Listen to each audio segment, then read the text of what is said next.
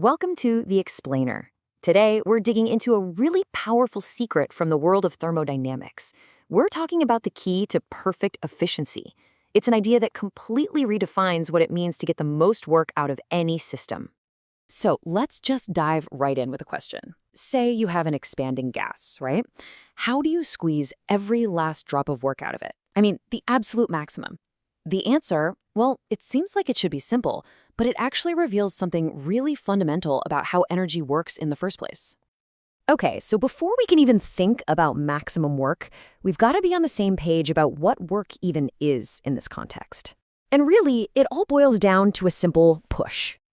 In the world of thermodynamics, we're usually talking about something called pressure-volume work. You'll see it called PV work.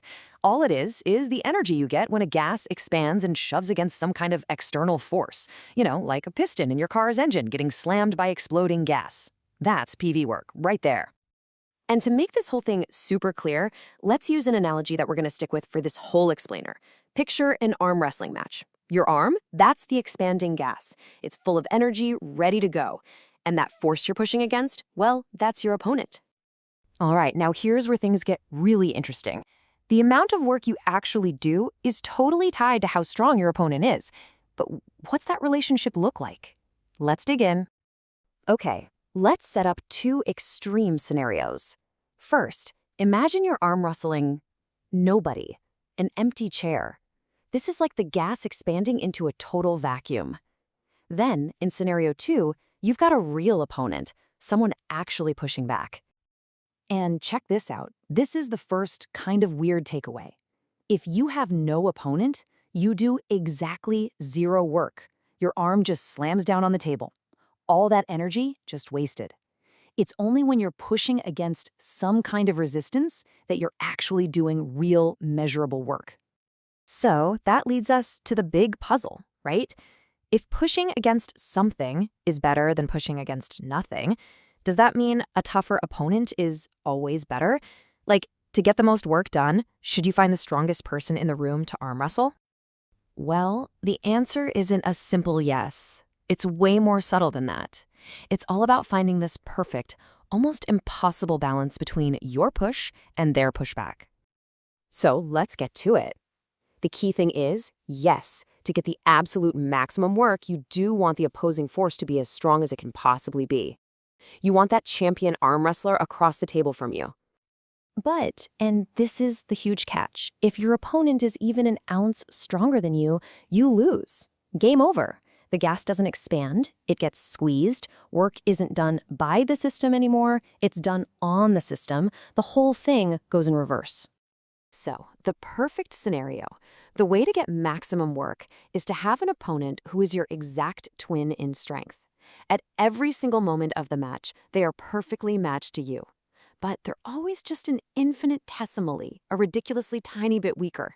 This lets your arm creep ever so slowly across the table. This incredible state of perfect balance, this ideal slow-motion arm wrestling match, it actually has a proper scientific name in thermodynamics. It's called a thermodynamically reversible process, and it's really a theoretical ideal, right? It's where the system and everything around it are in perfect equilibrium. The driving force, your arm, is just barely stronger than the opposing force, your opponent. It's so perfectly balanced that the tiniest little push from your opponent could send the whole thing backward. So, for this perfect process to actually happen, you need 4 things. It's got to be infinitely slow. The system has to stay in equilibrium the whole time. The forces have to be infinitesimally matched. And it has to be reversible.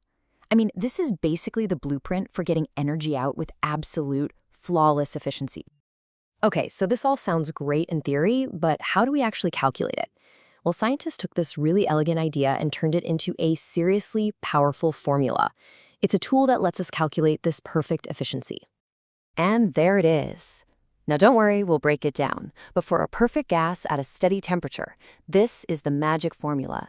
It tells you the absolute, theoretical maximum work you can possibly get during one of those perfect, slow, reversible expansions.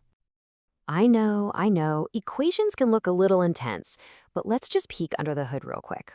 N is just the amount of gas you've got. R is just a number that's always the same, the gas constant. T is the temperature. And V1 and V2 are just where you start and where you finish. The main point here isn't to memorize it, but to see that we can actually put a number on this theoretical maximum. Okay, let's wrap this all up. What's the bottom line? To get work done, you have to push against something. No opposition, no work. Too much opposition, you lose, and work gets done on you. The real secret, the key to maximum work and perfect efficiency, is that perfectly balanced, super slow, reversible process. And that leaves us with one last kind of mind-bending thought. If perfect efficiency requires a process that takes an infinite amount of time, what does that mean for us in the real world? It means that in our world of fast cars and power plants, this idea of maximum work is really a benchmark. It's a perfect ideal that we can always try to get closer to, but maybe, just maybe, we can never actually reach it.